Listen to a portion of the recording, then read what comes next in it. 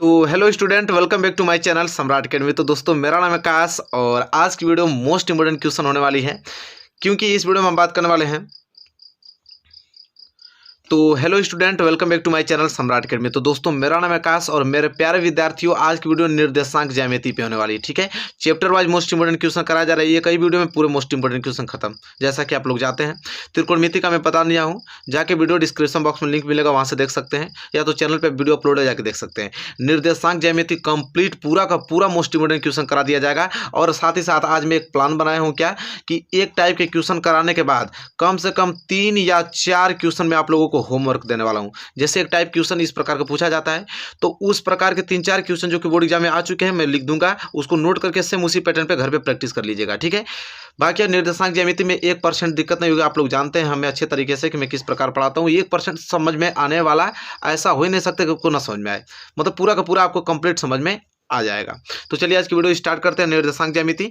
और निर्देशांक ज्यामिति स्टार्ट करने से पहले बस एक ही बात कहना चाहूँगा, मैं तो ज़्यादा बात बोलता नहीं हूँ, सिर्फ एक प्यारा सा लाइक और वीडियो को क्या कर दीजिए, शेयर कर दीजिए। इसके बाद बैठिए आराम से और आराम से पढ़ते हैं सारी चीज़ें समझते हुए। तो निर्देशांक ज्यामिति स्टार्ट करने से पहले, कोई भी टॉपिक स्टार्ट करने से पहले कि इसमें कि टाइप का क्वेश्चन पूछा जाएगा बोर्ड एग्जाम में, सबसे पहले हम बात कर लेते हैं चतुर्थांश के बारे में, थोड़ा सा डिस्कस करूंगा।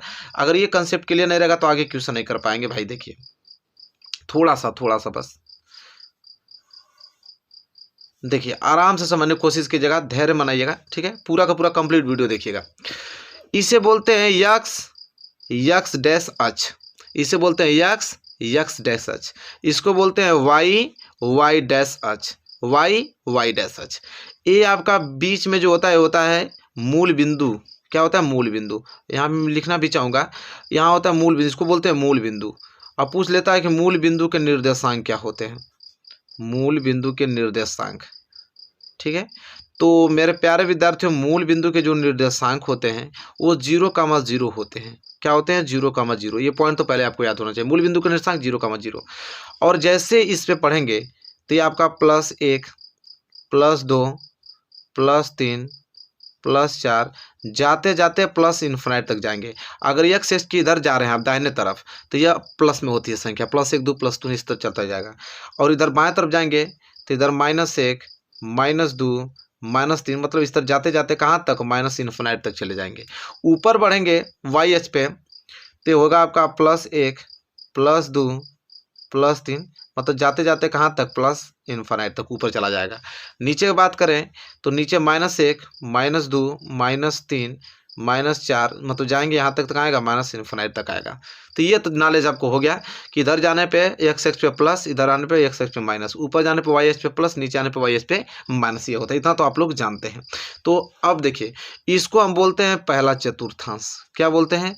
पहला चतुर्थांश बोलते हैं, क्योंकि इसमें 4 चतुर्थांश है, तो इसको बोलते हैं पहला चतुर्थांश। इसे बोलते हैं दूसरा चतुर्थांश, और इसे बोलते हैं तीसरा चतुर्थांश, और इसे बोलते हैं चौथा चतुर्थांश। ठीक है, आराम से समझिएगा। पहले चतुर्थांश में चिन्ह क्या होता है? देखिए, जैसे कोई पहला चतुर्थांश है ना, तो पहले चतुर्थांश में किसी बिंदु का निर्देशांक कैसे निकलते हैं, किसी बिंदु का निर्देशांक कैसे लिखते हैं। ठीक है, तो मेरे प्यारे विद्यार्थी, किसी भी बिंदु का निर्देशांक हम लिखते हैं यक्स कामा वाई से। किसे लिखते हैं? यक्स कामा वाई से। और यक्स को बोलते हैं हम भुज, और वाई को बोलते हैं हम कोटि। पहले हम यक्स एक्स का ही कोई चीज़ लिखेंगे, चाहे ऋणात्मक हो चाहे धनात्मक, तब जाके हम वाई एच का लिखेंगे। पहले यक्स एक्स लिखते हैं, फिर वाई एच। तो चिन्ह की बात करें तो यक्स एच पे चिन्ह क्या है आपका? प्लस, और वाई एच पे भी चिन्ह क्या है? प्लस। मतलब पहला चतुर्थांश में प्लस और प्लस चिन्ह आता है। दूसरा में यक्स एक्स पे पहला चिन्ह क्या है? माइनस, और फिर वाई एच पे क्या है? प्लस। तो दूसरा चतुर्थांश में माइनस और प्लस आता है। इसी तरह तीसरे में यक्स भी माइनस है, वाई भी माइनस है, तो माइनस कामा माइनस, मतलब आपका माइनस कामा माइनस तीसरे चतुर्थांश में चिन्ह आएगा। चौथे में यक्स एक्स पे प्लस और वाई एच पे माइनस, तब प्लस और माइनस आएगा। याद रहे, पहले यक्स एक्स का ही चिन्ह लिखना है, तब वाई एच का। और किसी बिंदु का निर्देशांक भी लिखेंगे तो पहले यक्स एक्स लिखेंगे, तब जाके वाई एच लिखेंगे। यही होता है किसी बिंदु का निर्देशांक एक्स कामा वाई लिखने का तरीका।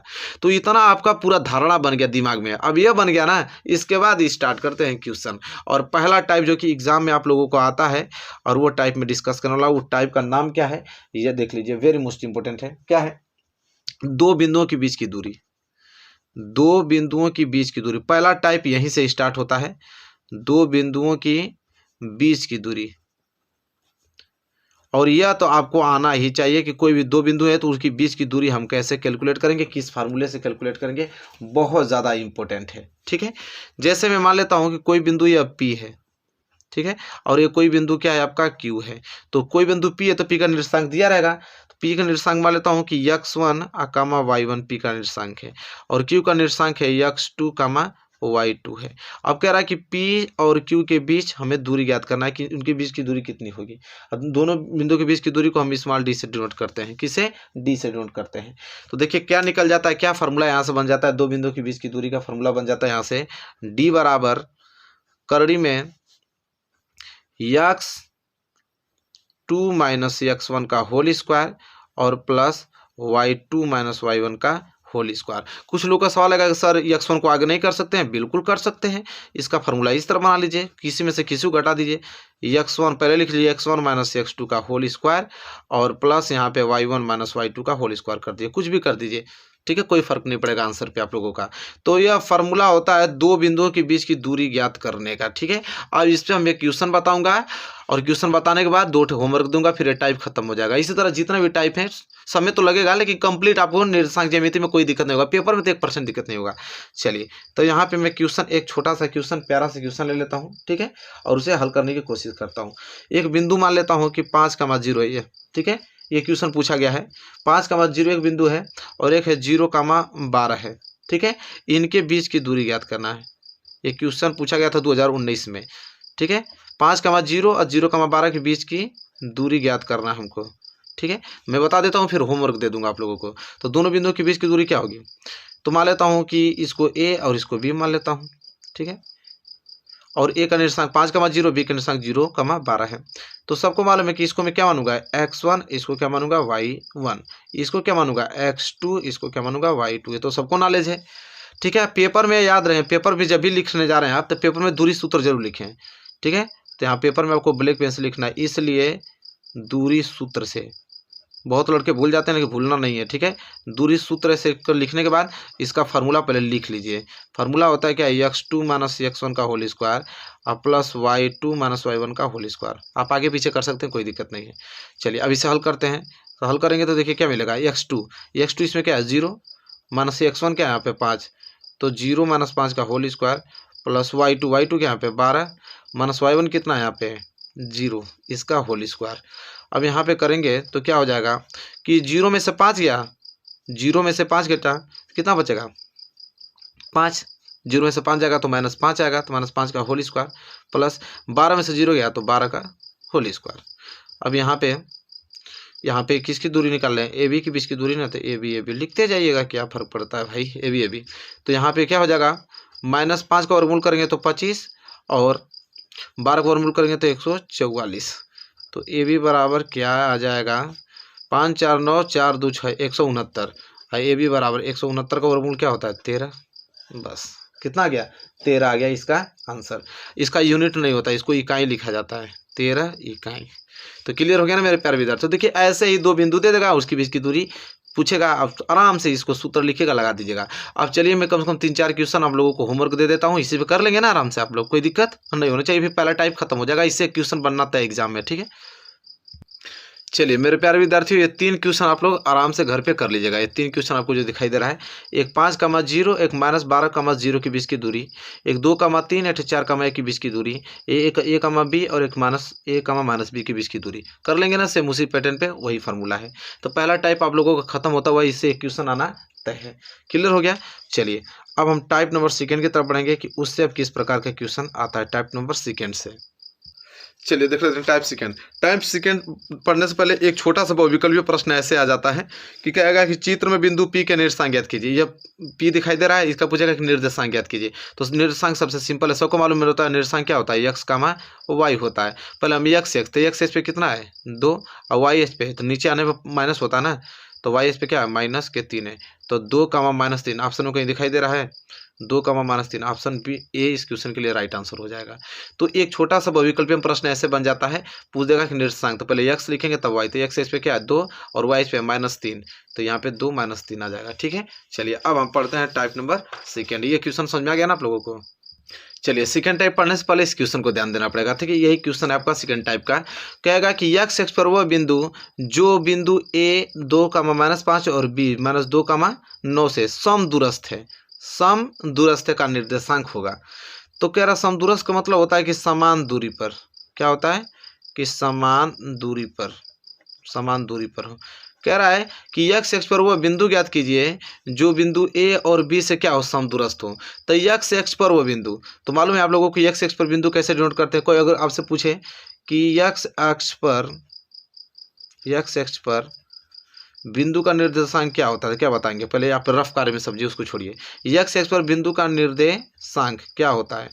तो यक्स एक्स पर बिंदु का निर्देशांक क्या होता है, तो वो होता है यक्स, 0, क्योंकि यक्स एक्स पे तो यक्स है लेकिन वाई पे कुछ नहीं है, तो क्या होगा 0, यक्स, 0 लिखते हैं। और कोई आपसे पूछ दे कि वाई अक्ष पर, तब बताइए कि वाई अक्ष पर किसी बिंदु का निर्देशांक क्या होगा। तो वाई अक्ष पे तो यक्स अक्ष पे है नहीं, तो यक्स अक्ष पे तो 0 होगा, वाई अक्ष पे वाई है तो वाई होगा। तो कोई ये दो चीज़ याद होना चाहिए आपको। यक्स अक्ष पर बिंदु का निर्देशांक क्या होता है, यक्स, 0, और वाई अक्ष पर बिंदु का निर्देशांक क्या होता है, वाई, 0, वाई। ठीक है, ये होता है, ये दोनों चीज़ आपको याद होना चाहिए। तो चलिए देख लेते हैं। कह रहा है कि यक्स एक्स पर वो बिंदु ज्ञात कीजिए जो ए इतना से संतुरस्त हो। तो यक्स एक्स पर बिंदु क्या है आपका, यक्स, 0। मान लेता हूँ कि कोई बिंदु पी है यक्स एक्स पर, जो जिसका निर्देशांक कितना दिया है, यक्स, 0 दिया है, और एक बिंदु ए और बी से संतुरस्त है। या ए है, या डायग्राम बना लीजिएगा एग्जाम में, या ए है और बी है। ए का निर्देशांक दे रखा है कितना, -2, 9, और बी का निर्देशांक कितना दे रखा है यहाँ पे, ये तो बी ए का है ना, ए का निर्देशांक यहाँ पे है 2, -5, और बी का कितना दे रखा है, -2, 9 दे रखा है। और कह रहा है कि इस पी से ये दोनों क्या है, समदूरस्थ हैं। क्या है, समदूरस्थ हैं। समदूरस्थ मतलब समान दूरी पे हैं, जितना दूरी पे है उतना दूरी पे बी है, और इसी का निर्देशांक ज्ञात करना है। ठीक है, पी का। यानी पूछा है कि एक्स एक्स पे वह बिंदु, तो एक्स एक्स पे माना कि बिंदु वह है, यह वाला बिंदु इतना और इतना समदूरस्थ है, बिंदु इतना इतना समदूरस्थ मतलब समान दूरी पे है। मतलब कहने का मतलब ये है कि एपी की जो दूरी होगी ना, वो बराबर होगी किसकी, बीपी की दूरी की। ये कहना चाह रहा है ये क्वेश्चन। ठीक है, तो चलिए सिंपल करना है कि हमको एपी के बीच की दूरी बराबर बीपी के बीच की दूरी, दोनों दूरी समान है, तो दोनों दूरी से हम आराम से निकाल लेंगे एक्स की वैल्यू। तो यहाँ पे लिखेंगे एपी की बीच की दूरी, एपी के बीच की दूरी। ये क्वेश्चन बहुत ज़्यादा मोस्ट इंपॉर्टेंट है। ठीक है, एग्जाम से रिलेटेड। एपी के बीच की दूरी बराबर उधर किसका दूरी निकालेंगे, बीपी के बीच की दूरी, बीपी की बीच की दूरी निकालेंगे। एक क्वेश्चन करा दे रहा हूँ, इस पे होमवर्क दे दूंगा, क्लियर हो जाएगा। तो एपी के बीच की दूरी फार्मूला क्या होता है, फार्मूला जस्ट इसके आगे लिखना है आपको।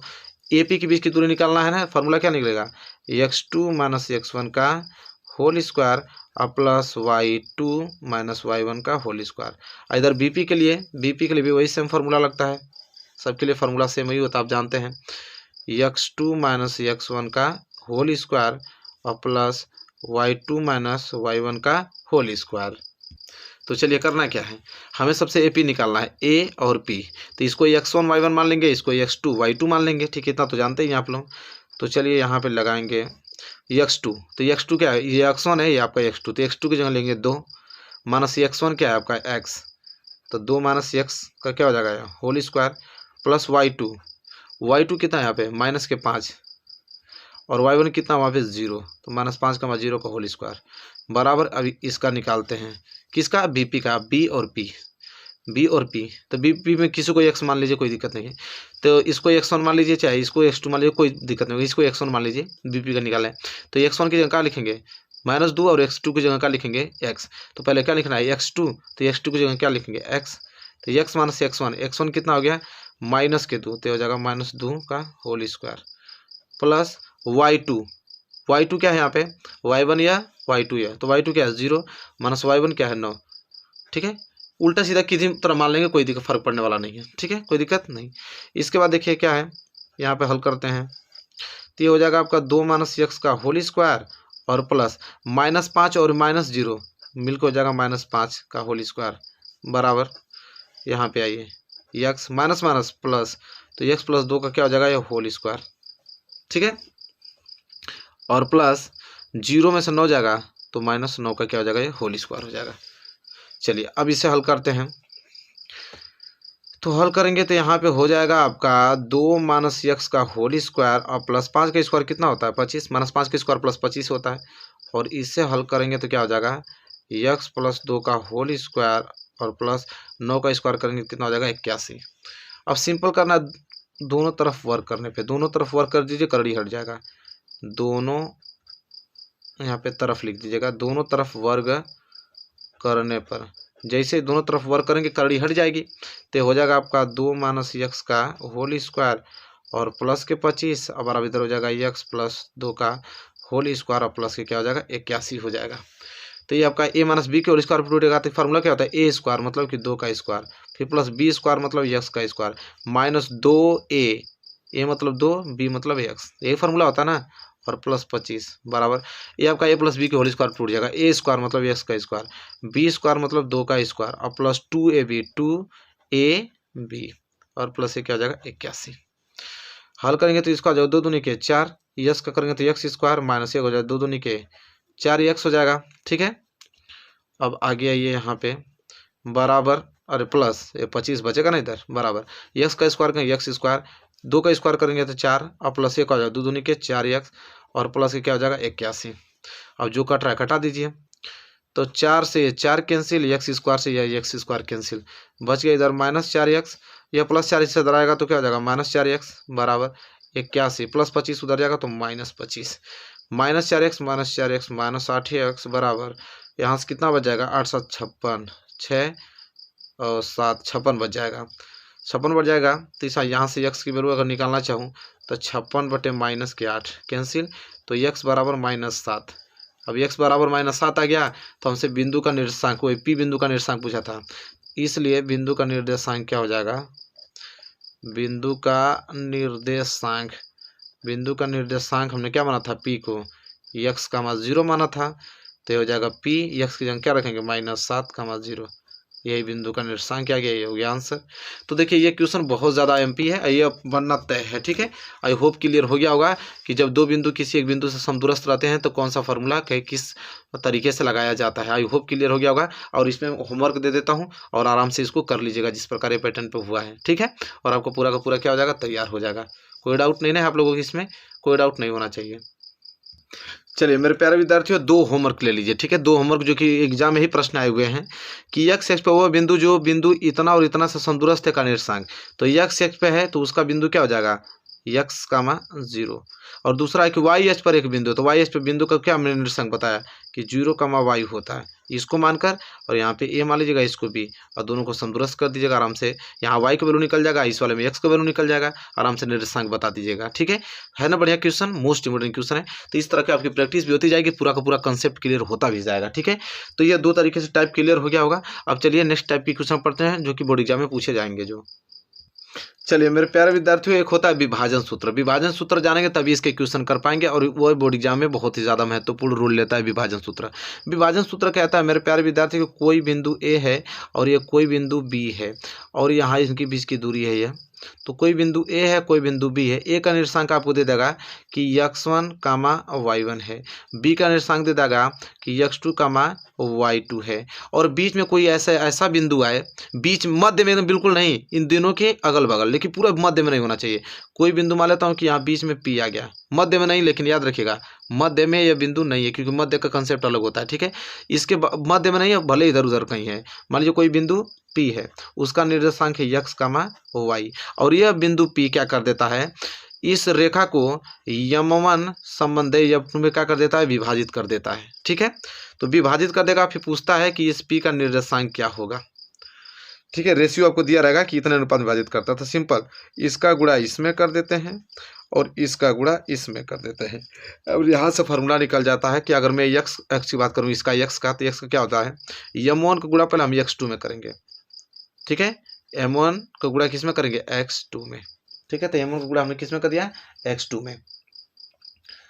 ठीक है, यहाँ तक हो गया क्लियर। इसके बाद फिर इसके बाद m2 को गुणा फिर इस वाले में करेंगे, तो हो जाएगा, बीच में प्लस लगा दीजिए, फिर m2 गुणा इसमें करेंगे तो m2 और x1, और बटे में आपका हो जाता है m1 प्लस m2। ये किसके लिए है, x के लिए। y एस के निकालेंगे तो फिर m1 को गुणा अब y में होगा, तो m1 गुणा y2 बीच में प्लस लगा दीजिए, फिर इसका गुणा इस वाले में, तो m2 गुणे y1, m2 गुणे y1, और बटे में क्या हो जाता है m1 प्लस m2। और यही आपका फार्मूला होता है विभाजन सूत्र का। ठीक है, इस पे बहुत सारे क्वेश्चन बनते हैं और आराम से इसको क्वेश्चन को कर लेंगे आप। ठीक है, तो चलिए इस पे क्वेश्चन करते हैं, किस प्रकार क्वेश्चन इस पे बनते हैं। चलिए देखिए प्रश्न कैसे पूछता है, वेरी मोस्ट इंपॉर्टेंट। ठीक है, अभी 2019 2020 दोनों में प्रश्न पूछा था। ठीक है, कि उस बिंदु के निर्देशांक ज्ञात कीजिए जो बिंदुओं -1, और 4, को मिलाने वाले रेखाखंड को देखिए 2:3 के अनुपात में विभाजित करता है। कह रहा है कि मान लेता हूँ कि बिंदु ए है और ये बिंदु बी है। उसी प्रकार डायग्राम बना लीजिएगा। ए का निर्देशांक दिया है -1, और बी का निर्देशांक दिया है 4, 3।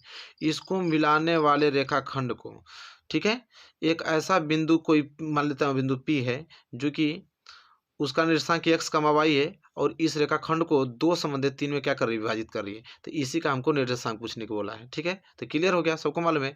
ये आपका m1 हो गया, ये क्या हो गया आपका m2 हो गया, ये आपका x1 हो गया, ये आपका y1 हो गया, ये आपका x2 हो गया, ये आपका y2 हो गया।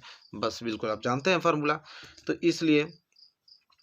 इसलिए विभाजन सूत्र से देखिए, फार्मूला आपको एग्जाम में लिखना ही है। ठीक है, मैं बता दे रहा हूँ। इसलिए विभाजन सूत्र से फार्मूला लिखना जरूरी है।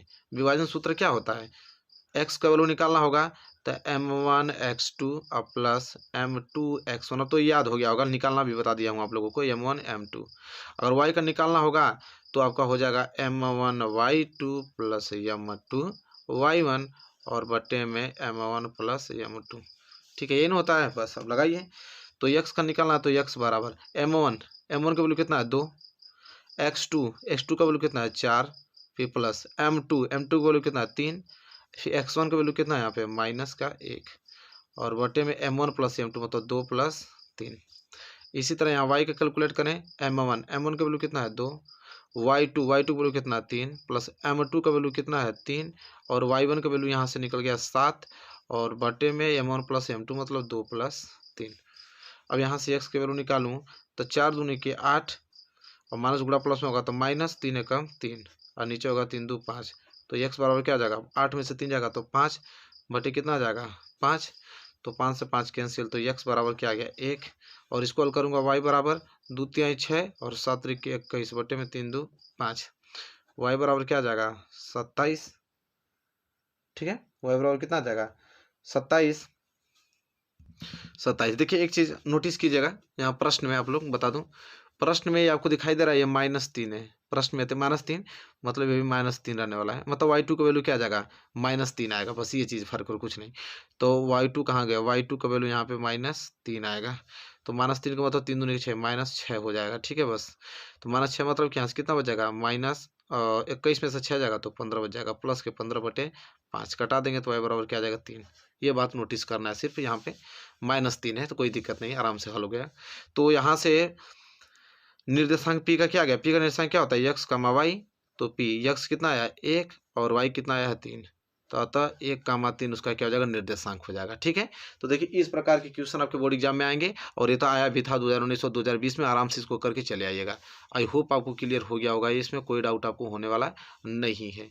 प्रश्न नंबर इसमें विभाजन सूत्र का क्वेश्चन नंबर पहले में क्लियर हो गया ना, कोई दिक्कत आप लोगों को नहीं होनी चाहिए। चलिए, और इस पर होमवर्क मैं आप लोगों को दे दूं। चलिए मेरे प्यारे विद्यार्थियों, होमवर्क करने से पहले इस क्वेश्चन को कर लिया जाएगा, क्योंकि दो ही टाइप से क्वेश्चन पूछता है, दोनों साथ में होमवर्क दे दूंगा आप लोगों को। देखिए इसमें अब अनुपात पूछेगा आपको। पहले हम लोग को अनुपात देके हम निर्देशांक ज्ञात कर रहे थे ना, अब इसमें निर्देशांक देके अनुपात पूछेगा। जैसे वह अनुपात ज्ञात कीजिए जिसमें बिंदु P जिसका निर्देशांक कितना है, बिंदु A और B को मिलाने वाले रेखाखंड को विभाजित करेगा किस अनुपात में। कह रहा है कि यह आपका बिंदु A है, ठीक है, और यह बिंदु क्या है B है। अब ए का निर्देशांक दे रखा है 1/2, 3/2 दे रखा है, और बी का निर्देशांक दे रखा है 2, -5 दे रखा है।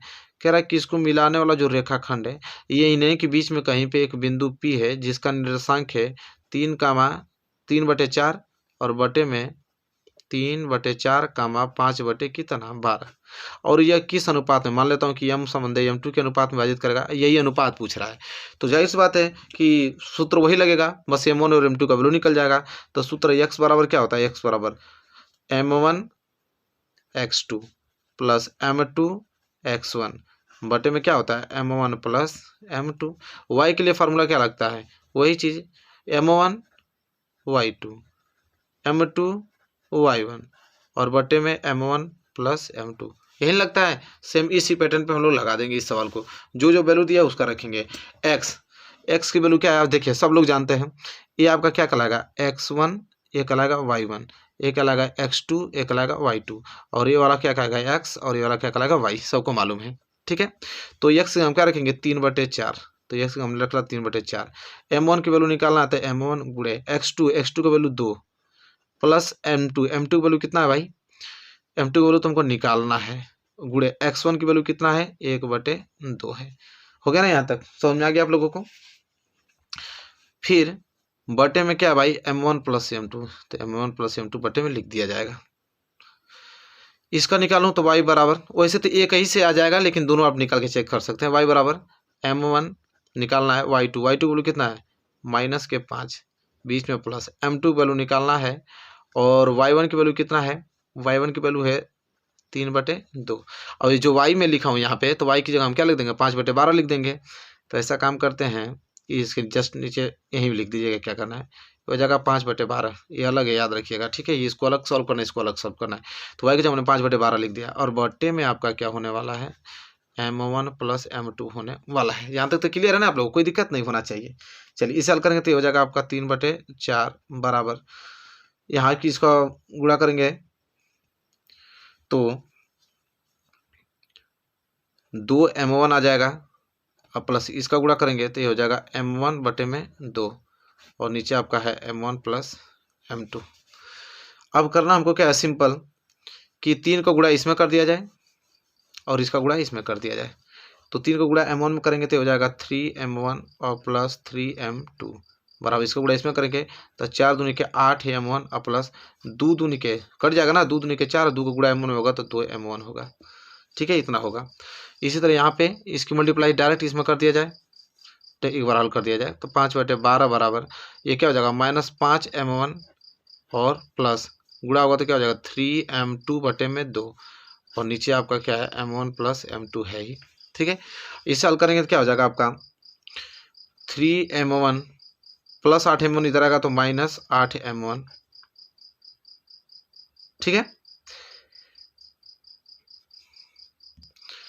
अच्छा यहाँ पे m2 है ना, यहाँ पे m2 होगा भाई, देखिए m2 को गुणा 1 में करेंगे तो क्या हो जाएगा m2। ठीक है, तो इसी तरह इसका गुणा किया हूँ तो यहाँ पे 2m2 होगा 2m2। ठीक है, इसको सही कर लीजिएगा। इसके बाद बचा यहाँ पे 2m2 और प्लस 3m2 इधर जाएगा तो -3m2 आ जाएगा। ठीक है, यहाँ बचेगा कितना -5m1 बराबर, यहाँ पे क्या बचेगा -m2 बच जाएगा क्योंकि 3m2 में से 2m2 कट जाएगा। तो अब क्या होगा, यहाँ से माइनस से माइनस कैंसिल और यहाँ से मैं निकालना चाहूँगा m1 बटे में, यहाँ कुछ नहीं तो एक का गुणा छिपा हुआ है, m2 यहाँ पे गुणा में तो आ जाएगा भाग में, तो जब बच गया एक, ये गुणा में तो उधर चल जाएगा तो भाग में। m1 संबंधे m2 कितना आ गया 1 संबंधे 5। ठीक है, और इधर भी 1 संबंधे 5 आ जाए तो काम बन जाएगा। m1 संबंधे m2 कितना आ गया 1 संबंधे 5 आ गया, इधर भी आ जाएगा तो काम बन जाएगा। चलिए गुणा करते हैं, गुणा करेंगे तो हो जाएगा 5m1 और प्लस 5m2 बराबर, इसका गुणा होगा इसमें तो -12 5 60 -60m1 फिर बीच में प्लस इसको कटा देंगे तो 2 6 के 12 और 6 3 18m2 आएगा। तो अब इसे हल करेंगे तो 5m1 प्लस के 60m1 इधर आएगा तो, और माइनस के 60m1 इधर आएगा तो क्या हो जाएगा प्लस 60m1 बराबर, इधर बच गया 18m2 और प्लस 5m2 इधर जाएगा तो -5m2। यहाँ से क्या बच जाएगा आपका 56m1 बराबर, यहाँ से कितना बच जाएगा आपका 18 में से 5 जाएगा तो 13 ही बचेगा ना 13। अरे 60 है ना, 60 में 5 जोड़ेंगे तो 65 होगा, सॉरी 60 में 5 जोड़ेंगे तो 65 m1 बराबर, यहाँ से 13m2। ठीक है, तो यहाँ से अगर m1 संबंध m2 निकालना जाए तो 13 है 60 गुणा में तो जाएगा तो भाग में हो जाएगा, 13 5 है 65, 1/5 आ गया तो हो जाएगा m1 संबंध m2 बराबर भी 1 संबंध 5। तो देखिए अनुपात आ गया कि नहीं, किस अनुपात में, तो देखिए 1 संबंध अनुपात दोनों को बराबर आ रहा है ना, तो आप मतलब बिल्कुल सवाल सही है। तो इस प्रकार के क्वेश्चन आएंगे मेरे प्यारे विद्यार्थियों, 2 ही टाइप से क्वेश्चन आएगा, या तो वो अनुपात पूछ ले या तो अनुपात देकर निर्देशांक पूछ ले। ठीक है, ये 2 तरीके से क्वेश्चन आता है। अब मैं होमवर्क देने वाला हूँ, उसको नोट करके दोनों से आराम से लगा लीजिएगा आप लोग। ठीक है, चलिए मेरे प्यारे विद्यार्थियों, 2 क्वेश्चन नोट कीजिए होमवर्क में कि वो अनुपात ज्ञात कीजिए जिसमें बिंदु इतना इतना को मिलाने वाले रेखाखंड बिंदु इतना विभाजित करता है, फिर बिंदु इतना इतना को जोड़ने वाले रेखाखंड बिंदु इतना की अनुपात में विभाजित करेगा। ये दोनों प्रश्न सेम वही हैं और दोनों प्रश्न पूछे गए हैं, ठीक है, प्रीवियस ईयर में। तो दोनों को लगा दीजिएगा, सेम मैंने पैटर्न आप लोगों को बता दिया है, कोई दिक्कत नहीं है, ठीक है, लगा लेंगे ना, आराम से ईमानदारी से लगा लीजिएगा, ठीक है। चलिए नेक्स्ट टाइप की तरफ बढ़ते हैं, उसको देखते हैं। चलिए मेरे प्यारे विद्यार्थियों, अगला कंसेप्ट है त्रिभुज के क्षेत्रफल का, ठीक है। एक क्वेश्चन इससे बनाते हैं। त्रिभुज का क्षेत्रफल क्या कहता है, जैसे मान लेता हूँ कि यह त्रिभुज है, क्या है, यह त्रिभुज है, ये इसका ए शीर्ष है, ये इसका बी शीर्ष है, ये इसका सी शीर्ष है। ए शीर्ष का निर्देशांक है x1 कामा y1 और बी शीर्ष का निर्देशांक दे देगा आपको x2 कामा y2। सी शीर्ष का निर्देशांक हो जाएगा x3 और y3, ठीक है। और हमसे पूछेगा कि त्रिभुज का इसका क्षेत्रफल ज्ञात कीजिए। क्या ज्ञात कीजिए कि त्रिभुज ए बी सी का आपको एरिया ज्ञात करने के लिए बोलेगा जब निर्देशांक दिया रहेगा तो इसका फार्मूला बन जाता है, फार्मूला नोट कर लीजिए कि 1/2, ठीक है, 1/2 x1 फिर कोष्टक में y2 माइनस y3 कोष्टक बंद, फिर प्लस यहाँ पे x2 लिखते हैं, इसके बाद y3 minus y1 y3 minus y1 फिर कोष्टक बंद कर देते हैं और इसके बाद प्लस x3 लिखते हैं, ठीक है। इसके बाद आपका y1 माइनस y2 हो जाता है, y1 माइनस y2 हो जाता है। तो ये आपका फार्मूला होता है कि जब त्रिभुज के निर्देशांक दिए रहेंगे 3 ठी, उसका क्षेत्रफल ज्ञात करने का ये फार्मूला होता है और इस पे क्वेश्चन बनना तय है, ठीक है। तो चलिए इसके मैं क्वेश्चन करूंगा, क्वेश्चन बता दूं एक, फिर इसके बाद होमवर्क भी दे दूंगा, इस पे कर लीजिएगा, फिर एक मतलब टॉपिक भी कंप्लीट हो जाएगा, ठीक है। चलिए क्वेश्चन की तरफ। चलिए मेरे प्यारे विद्यार्थियों, देखिए 3 क्वेश्चन लिया हूँ और यह 2 क्वेश्चन आपके होमवर्क के लिए है और एक क्वेश्चन में बता देता हूँ। कह रहा उस त्रिभुज का क्षेत्रफल ज्ञात कीजिए जिसके शीर्ष दिए रहेंगे। देखिए एक दिया है 2,3, एक दिया है -1,0, एक दिया है 2,-4, ठीक है। तो चलिए पहले वाले क्वेश्चन को सॉल्व कर देता हूँ, दोनों क्वेश्चन होमवर्क के लिए रहेगा। पहला क्वेश्चन यहाँ पे हम सॉल्व करने जा रहे हैं, उसका डायग्राम फ्रेम कीजिएगा आप लोग, डायग्राम जरूर से आप एग्जाम में बना दीजिएगा, ठीक है। त्रिभुज बना लीजिएगा, इसको ए मान लीजिए, इसको बी मान लीजिए, इसको सी मान लीजिए। ए का निर्देशांक क्या है 2,3, तो इसको 2,3 को बढ़िया से लिख लीजिए। बी का निर्देशांक यहाँ से निकल जाएगा -1,0 तो -1,0। सी का निर्देशांक यहाँ 2,-4 तो 2,-4। अब यहाँ पे हो गया, तो इसको डिनोट आप करना जानते ही हैं, ये हो जाएगा आपका x1, ये हो जाएगा y1, ठीक है। और ये वाला पोर्शन आपका हो जाएगा x2 और ये क्या हो जाएगा y2, ये वाला हो जाएगा आपका x3, ये हो जाएगा y3, कोई दिक्कत नहीं। इसलिए यहाँ लिखिए, इसलिए त्रिभुज ए बी सी का एरिया, इसलिए त्रिभुज ए बी सी का एरिया लिखने के बाद फार्मूला जस्ट आपको लिखना है, क्या होता है 1/2 x1, क्या होता है x1, इसके बाद y2 माइनस y3 होता है, फिर प्लस क्या होता है x2, फिर क्या होता है y3 माइनस y1 होता है, फिर प्लस x3, फिर क्या होता है y1 माइनस y2 होता है। ये ना फार्मूला होता है, इसी पे आपको रख के लगाना है, ठीक है। तो हो जाएगा 1/2 x1 की वैल्यू क्या है 2, y2 की वैल्यू हम यहाँ से कैलकुलेट करेंगे जो कि 0 है, माइनस y3 का कैलकुलेट हम करेंगे यहाँ पे जो कि -4 है, तो यहाँ पे इस तरह -4 लिख के, ठीक है, हो गया। फिर बीच में प्लस x2 कितना भाई -1, तो x2 को -1 ऐसे लिखना है, ये बहुत ध्यान से चिन्ह लगाना है, गड़बड़ हो जाएगा, ठीक है। फिर कोष्टक में है y3 कितना भाई -4 आ गया, फिर -y1 कितना है, y1 यहाँ पे 3 है, ठीक है। फिर प्लस x3 कितना है 2, y1 माइनस y1 कितना भाई 3 और y2 कितना है यहाँ पे 0, तो 3 - 0 कर देना है, ठीक है। तो यहाँ तक हो गया आप लोगों का, यहाँ तक आपने नोट कर लिया। इसके बाद इसको आगे हल करते हैं, तो ये हो जाएगा 1/2 और यहाँ से देखिए क्या निकलेगा 2, 0 माइनस प्लस 4, यहाँ पे क्या निकलेगा प्लस, -1 को ऐसे रहने दीजिए, कोष्टक हल करते हैं, -4 और -3 -7, फिर प्लस 2, 3 में से 0 जाएगा तो 3 बच जाएगा, ठीक है। इसके बाद इस हल करेंगे तो हो जाएगा 1/2, 4 में 0 जोड़ेंगे तो 4 और 4 दूनी के 8, माइनस में माइनस गुणा करेंगे तो प्लस, 7 में 1 को गुणा करेंगे तो प्लस के 7 और प्लस 3 दूनी के 6, इतना आ जाएगा। ये हो जाएगा 1/2, 8 7 15 6 21, ठीक है। इसका मतलब होता है 1/2 गुणे 21, मतलब 21/2 क्षेत्रफल है ना, तो वर्ग इकाई, इसका यूनिट क्या होगा वर्ग इकाई, वर्ग इकाई। तो इस प्रकार इसका क्षेत्रफल आ गया। तो मेरे प्यारे विद्यार्थियों, सेम इसी पैटर्न पे इन दोनों क्वेश्चनों को आपको कर देना है, होमवर्क में कर लेंगे ना, प्रैक्टिस हो जाएगी आपकी बहुत अच्छे से, एग्जाम में कोई दिक्कत नहीं होगा। चलिए नेक्स्ट टाइप की तरफ बढ़ चलते हैं। चलिए मेरे प्यारे विद्यार्थियों, अब देखिए ये पॉइंट क्या है कि तीन बिंदुओं की संरेखितया, मतलब कि त्रिभुज का ये पार्ट है। कहता है कि जब तीनों बिंदु संरेख हो जाएं, तो तीनों बिंदु संरेख हो जाएगा तो त्रिभुज का क्षेत्रफल क्या होगा। जैसे मैं बात करूं कि सेम पैटर्न उसी का एक त्रिभुज में ले लेता हूं। पहले मैं इसका फॉर्मूला ड्राइव कर लूँ, इसके बाद क्वेश्चन करूंगा। मान लेता हूँ कि पी क्यू आर ये त्रिभुज के तीनों शीर्ष हैं और इसके निर्देशांक है x1 कामा y1, इसके निर्देशांक है x2 कामा y2 और इसके निर्देशांक है x3 कामा y3। ये तीनों त्रिभुज के शीर्ष हैं, ठीक है। और अगर उसमें बोल दे कि तीनों बिंदु संरेख हैं, तीनों बिंदु क्या है, संरेखीय हैं, तो उस समय त्रिभुज पी क्यू आर का एरिया कैसे निकलेगा। जब बोलेगा तीनों बिंदु क्या है, संरेख हैं, उसमें क्वेश्चन में बोलेगा, आप टेंशन ना लीजिए, बोलेगा तीनों बिंदु संरेख हैं, तो तीनों बिंदु संरेख होता है ना, तो इसका मतलब होता है कि त्रिभुज पी क्यू आर का जो एरिया है ना वो जीरो के क्या हो जाता है, बराबर हो जाता है। यही मतलब होता है इसका। संरेख का मतलब कि उस त्रिभुज का क्षेत्रफल जीरो के बराबर हो जाता है। तो त्रिभुज का क्षेत्रफल क्या होता है, 1/2 x1, ठीक है। फिर क्या होता है आपका y2 माइनस y3, फिर plus x2 y3 minus y1 होता है, फिर plus x3 y1 minus y2 होता है। ये ना होता है, बराबर क्या कर देंगे, इसको जीरो के बराबर कर देंगे। दो यहाँ भाग में दो अगर इधर उठ के चला जाएगा तो ये भी क्या हो जाएगा, जीरो। तो नया फार्मूला बन जाएगा यहाँ से आपका कि x1 कोष्टक में y2 माइनस y3, क्योंकि एक बचेगा, एक को गुणा पूरा करेंगे तो यही तो बचेगा, ये हो जाएगा x2 y3 माइनस y1 और plus x3 y1 minus y2। यह नया फार्मूला का जन्म हो गया जब बोलेगा कि तीनों बिंदु क्या है, संरेखीय हैं, ठीक है। तो डायरेक्ट चाहे आप तो ये फार्मूला लगा लीजिए या तो यही लगा के जीरो के बराबर कर दीजिए, तभी भी तो ये जो दो भाग में आ जाएगा तो उधर गुणा में जीरो ही हो जाएगा। तो डायरेक्ट चाहेंगे तो इस फार्मूले पे भी लगा देंगे जीरो के बराबर करके, या तो डायरेक्ट ये फार्मूला पे आपका आंसर आ जाएगा, ठीक है। जब तीनों बिंदु संरेखीय बोलेगा तब। अब क्वेश्चन किस प्रकार बनता है इसमें कराने वाले हैं, होमवर्क भी देने वाले हूँ आप लोगों को इस क्वेश्चन से, ठीक है। तो चलिए देख लेते हैं क्वेश्चन किस प्रकार पूछा जाता है एग्जाम में इस प्रश्न। चलिए मेरे प्यारे विद्यार्थियों, देखिए संरेखीय से क्वेश्चन कैसे पूछता है, तो हमेशा किसी न किसी की वैल्यू निकलवाएगा, ठीक है। देखिए निम्नलिखित में से प्रत्येक के का मान ज्ञात कीजिए जिसमें तीनों बिंदु संरेखीय हों, ठीक है। दो क्वेश्चन है, एक क्वेश्चन यह है और एक क्वेश्चन यह है। तो एक क्वेश्चन में सॉल्व करके दिखाऊंगा, एक क्वेश्चन होमवर्क दे दूंगा, ठीक है। के का वैल्यू हमेशा पूछेगा, कहेगा कि त्रिभुज के तीन ठे आपको निर्देशांक दिया है और कहेगा कि यह संरेखीय है, बोला है ना कि संरेखीय है, तो के का वैल्यू ज्ञात कीजिए। तो सिंपल है, हम सेम पैटर्न लगाएंगे, फार्मूला वही है, जीरो के बराबर कर देंगे। तो पहला पार्ट हम सॉल्व करने वाले हैं, ठीक है।